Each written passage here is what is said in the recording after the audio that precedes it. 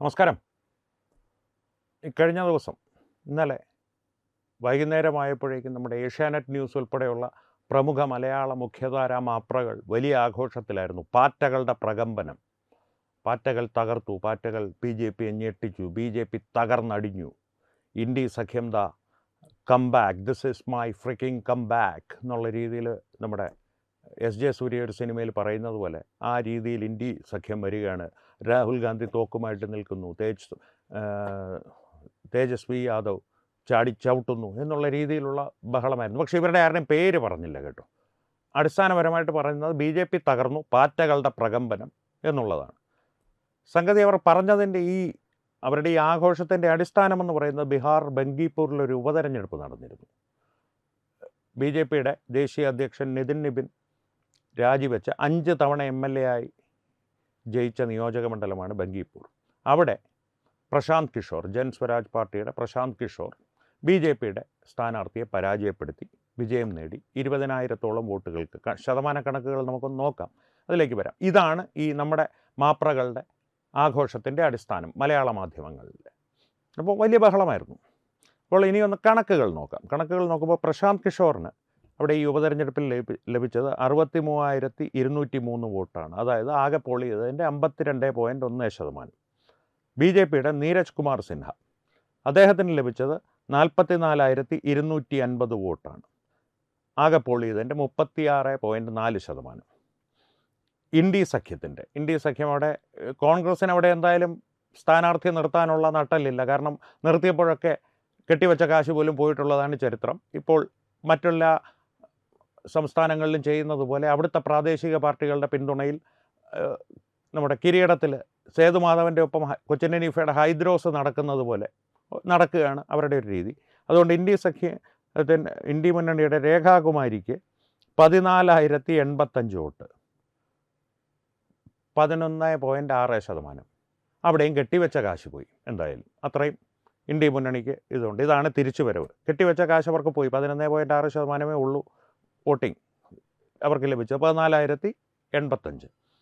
അപ്പോൾ ഇനി ഇതിൻ്റെ പശ്ചാത്തലം ഒന്ന് പരിശോധിച്ചാൽ 5 തവണ നിതിൻ നിബിൻ നിസാരമായി അവസാനം ജയിച്ചത് ഏതാണ്ട് 50,000-ന് മുകളിൽ വോട്ടുകളുടെ ഭൂരിപക്ഷത്തിലാണ്. 1,00,000 വോട്ടുകൾക്ക് മേൽ ഉള്ള ഭൂരിപക്ഷത്തിലാണ്.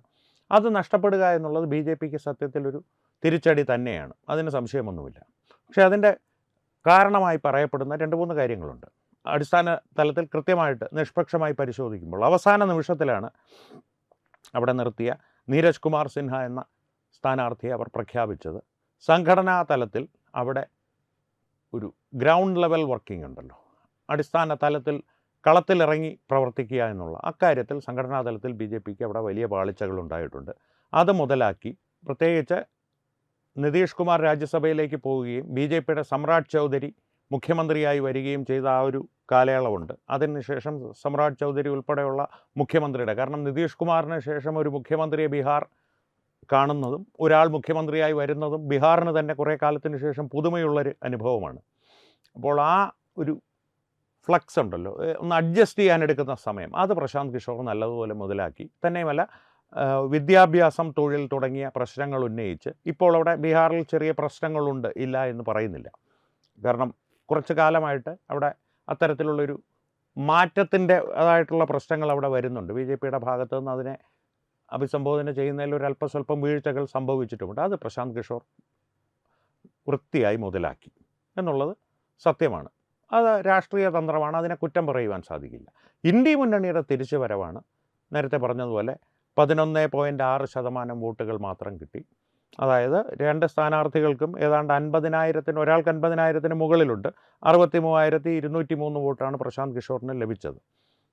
BJP സ്ഥാനാർത്ഥിക്ക് 44,250. അങ്ങനെ 10,000-ങ്ങൾക്ക് മുകളിൽ വോട്ട് ലഭിച്ച ആളുകളോട് മത്സരിച്ച ഇന്ത്യ മുന്നണിയുടെ സ്ഥാനാർത്ഥി രേഖാകുമാരിക്ക് കിട്ടിയത് 14,000 ചില്ലുവാനം വോട്ടുകൾ, 14,085 വോട്ടുകൾ. ഇവിടെയാണ് തിരിച്ചുവരവ് എന്ന് നമ്മുടെ മാപ്രകൾ ആഘോഷിച്ച് പാറ്റകളുടെ സ്വാധീനം എന്ന് പറഞ്ഞത്. പാറ്റകളുടെ സ്വാധീനത്തിലുള്ള ആളാണോ പ്രശാന്ത് കിഷോർ? നാളെ പ്രശാന്ത് കിഷോർ ഒരുപക്ഷെ പാറ്റകളുടെ സ്വാധീനത്തിലേക്ക് പോകില്ല എന്ന് പറയുവാൻ ഞാൻ ആളല്ല. പ്രശാന്ത് കിഷോർ ഈ പറയുന്നത് പോലെ വലിയ ചീത്തപ്പേരൊന്നും കേൾപ്പിച്ചിട്ടില്ല. അദ്ദേഹം അഴിമതിയോ അങ്ങനെയുള്ള എന്തെങ്കിലും ഒരു അദ്ദേഹത്തിൻ്റെ കണക്കുകൾ പലയിടത്തും തെറ്റിപ്പോയിട്ടുണ്ട്. പക്ഷേ ഒരു കാര്യം പ്രശാന്ത് കിഷോറിനെ കുറിച്ച് ഇതുവരെ നമുക്ക് പറയാവുന്നത്, ഇന്നേ വരെ നരേന്ദ്രമോദിയോ ബി ജെ പിയോ ഒരു കാര്യമില്ലാത്ത കാര്യങ്ങൾക്ക് അദ്ദേഹം വിമർശിച്ച് ഞാൻ കണ്ടിട്ടില്ല. പാറ്റകളുടെ സമരത്തിന് വലിയ പിന്തുണ അദ്ദേഹം കൊടുത്തും ഞാൻ കേട്ടിട്ടില്ല. ഇത്രയും കാര്യങ്ങൾ വാസ്തവമാണ്. ഇനി അടിസ്ഥാനപരമായിട്ട് നഗരങ്ങളിൽ നിന്നുള്ള വോട്ടിംഗ് ശതമാനം ഈ ഉപതെരഞ്ഞെടുപ്പിൽ നല്ലതുപോലെ കുറഞ്ഞിട്ടുണ്ട്. അതിൻ്റെ ശതമാന കണക്കുകളും കൂടി നമുക്കൊന്ന് പരിശോധിക്കണം. കാരണം ഈ ശതമാനങ്ങളുടെ വെച്ചിട്ടുള്ളതാണല്ലോ കളി. പക്ഷേ ഇപ്പോൾ ഒരു കാര്യം കൃത്യമായിട്ട് മാപ്രകൾ ചെയ്യാത്തത്, ശതമാനം എടുക്കുന്നില്ല ഇവിടെ. കാരണം പാറ്റകളുടെ വിജയം ആഘോഷിക്കണമെങ്കിൽ ഈ ശതമാന കണക്കുകൾ പറഞ്ഞാൽ വലിയ പ്രശ്നമാകും. അപ്പോൾ അതിൻ്റെ അകത്ത് പറയുന്നത് ഏതാണ്ടൊരു 10 മുതൽ 14% വരെ നഗരത്തിലുള്ള വോട്ടർമാർ ഇത്തവണ സമ്മതിദാനം രേഖപ്പെടുത്തിയിട്ടില്ല. കൃത്യമായ കണക്കുകൾ ഇനി വരാനിരിക്കുന്നതേ ഉള്ളൂ. 10 മുതൽ 14% വരെ വോട്ടിങ്ങിൽ കുറവുണ്ടായിട്ടുണ്ട്. പൊതുവേ തന്നെ ബങ്കിപ്പൂരിൽ വോട്ടിംഗ് ശതമാനം ഒരിക്കലും ഒരു 60% മുകളിൽ കഴിഞ്ഞ കുറേ കാലമായി കടക്കാറില്ല. പക്ഷേ നാഗരികത അർബൻ വോട്ട്സ് ഉണ്ടല്ലോ, നഗരങ്ങളിലേക്ക് വരുന്ന നഗരപ്രദേശങ്ങളിലെ വോട്ടുകൾ ക്രമാനുസൃതമായിട്ട് ഇങ്ങനെ കൂടി വരുന്ന സാഹചര്യവും അവിടെ ഉണ്ടായിട്ടുണ്ട് കഴിഞ്ഞ കുറേ കാലങ്ങളായി. പക്ഷേ ഇത്തവണ ഈ ഉപതെരഞ്ഞെടുപ്പിൽ അതിലൊരു വലിയ ഇടിവുണ്ടായി.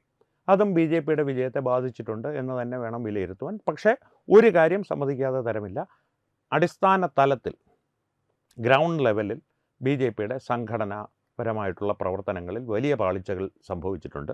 നിതിൻ നിബിൻ്റെ അസാന്നിധ്യം അവിടെ ശ്രദ്ധേയമായ ഒരു അസാന്നിധ്യമായി തന്നെ, വലിയൊരു വിടവായി തന്നെ അവിടെ അനുഭവപ്പെട്ടിട്ടുണ്ടെന്നുള്ള കാര്യത്തിൽ സംശയമൊന്നുമില്ല.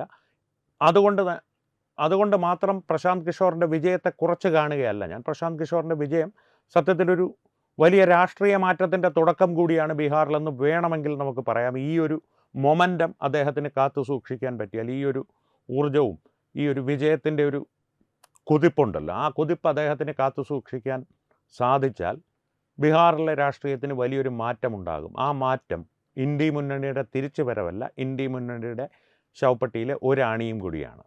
കാരണം അവിടെ പ്രശാന്ത് കിഷോറിൻ്റെ കുതിച്ചുചാട്ടത്തോടു കൂടിയും ആ കുതിപ്പ് അദ്ദേഹം തുടർന്നാലുള്ള രാഷ്ട്രീയത്തിലുള്ള അദ്ദേഹത്തിൻ്റെ പാർട്ടിയുടെ ഉയർച്ചയോടുകൂടിയും തകരുവാൻ പോകുന്നത് RJDയും അവരുടെ പിൻപറ്റി അവരുടെ കൈപിടിച്ച് നടക്കുന്ന ഹൈദ്രോസായ കോൺഗ്രസിൻ്റെയും തകർച്ചയാണ് അവിടെ ഉണ്ടാകുവാൻ പോകുന്നത്. RJDയുടെ രാഷ്ട്രീയം ഇവിടെ അവസാനിച്ചു എന്ന് വേണമെങ്കിൽ നമുക്ക് പറയാം. പ്രൊവൈഡഡ്, അതായത് നമ്മൾ പറയുമല്ലോ ഒരു കാര്യം അതിന് നിർബന്ധമായിട്ട് നടക്കണം, ഒരു ആസ്ട്രിക്സ് ഇട്ട് പറയുമല്ലോ, കണ്ടീഷൻ സപ്ലൈ എന്ന് പറയുന്നത് പോലെ ജൻസ്വരാജ് പാർട്ടി ഈ വിജയത്തിൻ്റെ കുതിപ്പ് കാത്തു സൂക്ഷിച്ച് മുന്നോട്ട് പോയാൽ അത് നിയമസഭയിൽ പ്രശാന്ത് കിഷോറിൻ്റെ പ്രകടനമനുസരിച്ചിരിക്കും. ഇനി അദ്ദേഹത്തിൻ്റെ രാഷ്ട്രീയ കക്ഷി ഏതൊക്കെ വിഷയങ്ങളുടെ അടിസ്ഥാനത്തിലാണ് മുന്നോട്ട് കൊണ്ടുപോകുന്നതെന്നും ഉള്ളതും ഇതിൽ പ്രസക്തമാണ്. പക്ഷേ എന്തായാലും വിജയത്തിൽ പ്രശാന്ത് കിഷോർ അഭിനന്ദനത്തിന് അർഹനാണ്. തീർച്ചയായിട്ടും അദ്ദേഹം പൊരുതി നേടിയൊരു വിജയമാണ്. കാരണം കഴിഞ്ഞ തിരഞ്ഞെടുപ്പിൽ ഏതാണ്ട് തുടച്ചു മാറ്റപ്പെട്ടൊരു രാഷ്ട്രീയ കക്ഷിയായിരുന്നു അദ്ദേഹം മത്സരിച്ചില്ലെങ്കിൽ പോലും അദ്ദേഹത്തിൻ്റെ ജൻസ്വരാജ് പാർട്ടി ഏതാണ്ട് പൂർണ്ണമായും തന്നെ യാതൊരു പ്രസക്തിയുമില്ലാത്ത വലിയ ഓളമുണ്ടാക്കി പ്രചരണമൊക്കെ നടത്തിയെങ്കിലും തകർന്നടിഞ്ഞു പോയി എന്നുള്ള അവസ്ഥയിൽ നിന്നാണ് ഒരാൾ, അതും ആ കക്ഷിയുടെ നേതാവ് തന്നെ, ആ കക്ഷിയുടെ മുഖം തന്നെ നിയമസഭയിലേക്ക് ജയിച്ചെത്തുന്നത്. അദ്ദേഹത്തിന് അഭിനന്ദനങ്ങൾക്ക് യാതൊരു മടിയും വിചാരിക്കേണ്ട കാര്യമില്ല. അഭിനന്ദനത്തിന് തീർത്തും അർഹൻ തന്നെയാണ് അദ്ദേഹം. BJP അടിസ്ഥാന തലത്തിലുള്ള അവരുടെ സംഘടനാപരമായിട്ടുള്ള കാര്യങ്ങളിൽ കുറച്ച് ശ്രദ്ധ ചെലുത്തേണ്ട ഒരു സാഹചര്യം എന്തായാലും ബങ്കിപ്പൂരിൽ നിലനിൽക്കുന്നുണ്ട്. ഒരുപക്ഷെ ബീഹാറിലൊട്ടാകെയും നിലനിൽക്കുന്നുണ്ടാകാം. അതവർക്കൊരു സൂചന തന്നെയാണ്. ഇതിൽ എവിടെയാണ് പാറ്റകൾ, എവിടെയാണ് ഇന്ത്യ മുന്നണി? അതാണ് ചോദ്യം. അതിനാണ് മാപ്രകൾ ഉത്തരം തരേണ്ടത്. കാരണം തട്ടിയിട്ടും മുട്ടിയിട്ടും ഞാനെങ്ങും കണ്ടില്ല എന്ന് പറഞ്ഞതുപോലെയാണ് ഞാൻ നോക്കിയിട്ടൊരു അവസ്ഥ. ഇന്ത്യ മുന്നണിയുടെയും അതെ, പാറ്റകളുടെ സ്വാധീനത്തിൻ്റെയും അതെ. പക്ഷേ വേണമെങ്കിൽ ഇപ്പോൾ ആരോപിക്കാം, ഈ BJPക്ക് ഈ ഒരു തകർച്ച ഉണ്ടാകുവാനുള്ള കാരണം പാറ്റകളുടെ സമരത്തെ അടിച്ചൊതുക്കിയതിലുള്ള, പിന്നെ ബീഹാറിലും അത്യാവശ്യം സാമാന്യം നല്ലതുപോലെ തന്നെ അക്രമം കാണിച്ചവരെ പോലീസ് നേരിട്ടിട്ടുണ്ട്. അതിൻ്റെ ഒരു അമർഷമുണ്ടോ എന്ന് ചോദിച്ചാൽ സാധ്യത കുറവാണ്. കാരണം പ്രശാന്ത് കിഷോർ ഒരു തരത്തിലും ആ വിഷയം ഉയർത്തിയിട്ടല്ല പ്രചരണം നടത്തിയിരുന്നത്. 20-ാം തീയതി പാറ്റകളുടെ പാർലമെൻറ്റിന് നേരെയുള്ള സമരാഭാസം കഴിഞ്ഞിട്ട് പോലും പ്രശാന്ത് കിഷോർ ഒരു ഘട്ടത്തിൽ പോലും ആ വിഷയത്തിന് വലിയ പ്രാധാന്യം നൽകിയിരുന്നില്ല. അദ്ദേഹം പ്രാധാന്യം നൽകിയത് ബീഹാറിലെ ജനങ്ങളുടെ വിദ്യാഭ്യാസവും തൊഴിലും സംബന്ധിച്ച വിഷയങ്ങൾക്കാണ്.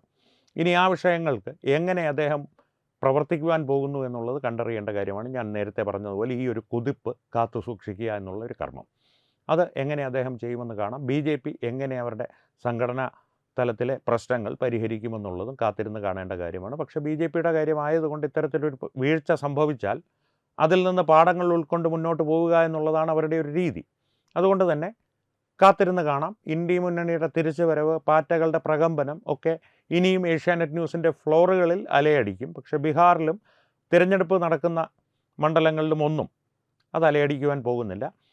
ഗുജറാത്തിലും ഒരു ഉപതെരഞ്ഞെടുപ്പ് നടന്നിരുന്നു. അവിടെ എന്തായി? പാറ്റകൾ പ്രകമ്പനം കൊള്ളിക്കാൻ അങ്ങോട്ടേക്ക് പോയില്ലേ എന്നൊരു ചോദ്യവുമുണ്ട്. അത് മറ്റൊരു വീഡിയോയ്ക്കുള്ള വിഷയമായതുകൊണ്ട് ആ വീഡിയോയിൽ അത് വിശകലനം ചെയ്യും. ഇപ്പോൾ ബീഹാറാണ് വിഷയം. എന്തായാലും പ്രശാന്ത് കിഷോറിന് അഭിനന്ദനങ്ങൾ. BJP പാഠം ഉൾക്കൊണ്ട് തിരിച്ചു വരിക തന്നെ ചെയ്യും. ഇന്ത്യ മുന്നണി ഏതാണ്ട് ബീഹാറിൽ അവസാനിച്ചു കഴിഞ്ഞു. RJD പോലും, RJD അവിടുത്തെ ഏറ്റവും പ്രബലമായൊരു രാഷ്ട്രീയ കക്ഷിയായിരുന്നു. നിതീഷ് കുമാറിൻ്റെ വരവ് വരെ ചോദ്യം ചെയ്യാൻ ആളില്ലാത്ത രാഷ്ട്രീയ ശക്തിയായിരുന്നു. RJDയുടെ പതനവും ഏതാണ്ട് പൂർണ്ണമായിരിക്കുന്നു. അതിൻ്റെ ഒരു ക്രെഡിറ്റ് വേണമെങ്കിൽ നമ്മുടെ പപ്പുവിനും ഇന്ത്യ മുന്നണിക്കും നൽകാമെന്നുള്ളതാണ് എൻ്റെ വ്യക്തിപരമായ വിശകലനം. ഈ വിഷയത്തെ സംബന്ധിച്ച് പ്രേക്ഷകരുടെ അഭിപ്രായങ്ങൾ തീർച്ചയായും കമൻറ്റുകളിലൂടെ ഞങ്ങളുമായി പങ്കുവയ്ക്കുക. ഈ പരാജയത്തെ, BJPയുടെ ഈ പരാജയത്തെ നിങ്ങളെങ്ങനെ കാണുന്നു? പ്രശാന്ത് കിഷോറിൻ്റെ ഉദയമാണോ ബീഹാർ രാഷ്ട്രീയത്തിൽ, അതോ ദേശീയ രാഷ്ട്രീയത്തിൽ തന്നെയോ? ഈ വിഷയങ്ങളെ സംബന്ധിച്ചുള്ള നിങ്ങളുടെ അഭിപ്രായങ്ങൾ തീർച്ചയായും കമൻറ്റുകളിലൂടെ രേഖപ്പെടുത്തുക. ഏറ്റവും പ്രധാനപ്പെട്ട കാര്യം, വീഡിയോ ലൈക്ക് ചെയ്യുക, നിങ്ങളുടെ പ്രിയപ്പെട്ടവരുമായി പങ്കുവയ്ക്കുവാനായി ഷെയർ ചെയ്യുക. അതിലും ഇതെല്ലാം ചെയ്യുന്നതിന് മുൻപേ തത്വമയി ന്യൂസിൻ്റെ യൂട്യൂബ് ചാനൽ നിങ്ങൾ സബ്സ്ക്രൈബ് ചെയ്തിട്ടുണ്ടെന്ന് ഉറപ്പുവരുത്തുക. അപ്പോൾ ഈ വിഷയത്തിലും മറ്റു വിഷയങ്ങളിലും സംവാദങ്ങൾ തുടരട്ടെ. വീണ്ടും കാണാം. നന്ദി, നമസ്കാരം. HIV അണുബാധ സന്തോഷപൂർണ്ണമായ ഒരു ജീവിതത്തിന് തടസ്സമല്ല. HIV അണുബാധയ്ക്ക് ഫലപ്രദമായ ചികിത്സ ഇന്ന് ലഭ്യമാണ്. ഇതിന് യഥാസമയം അണുബാധ കണ്ടെത്തുന്നതും കാലേക്കൂട്ടി ചികിത്സ നടത്തേണ്ടതും അത്യാവശ്യമാണ്. സൗജന്യമായ ചികിത്സയും മാർഗനിർദ്ദേശങ്ങളും സർക്കാർ ആശുപത്രികളിലെ ART അഥവാ ഉഷസ് കേന്ദ്രങ്ങളിൽ ലഭ്യമാണ്. ആരോഗ്യ സംരക്ഷണം ഓരോരുത്തരുടെയും ഉത്തരവാദിത്തമാണ്.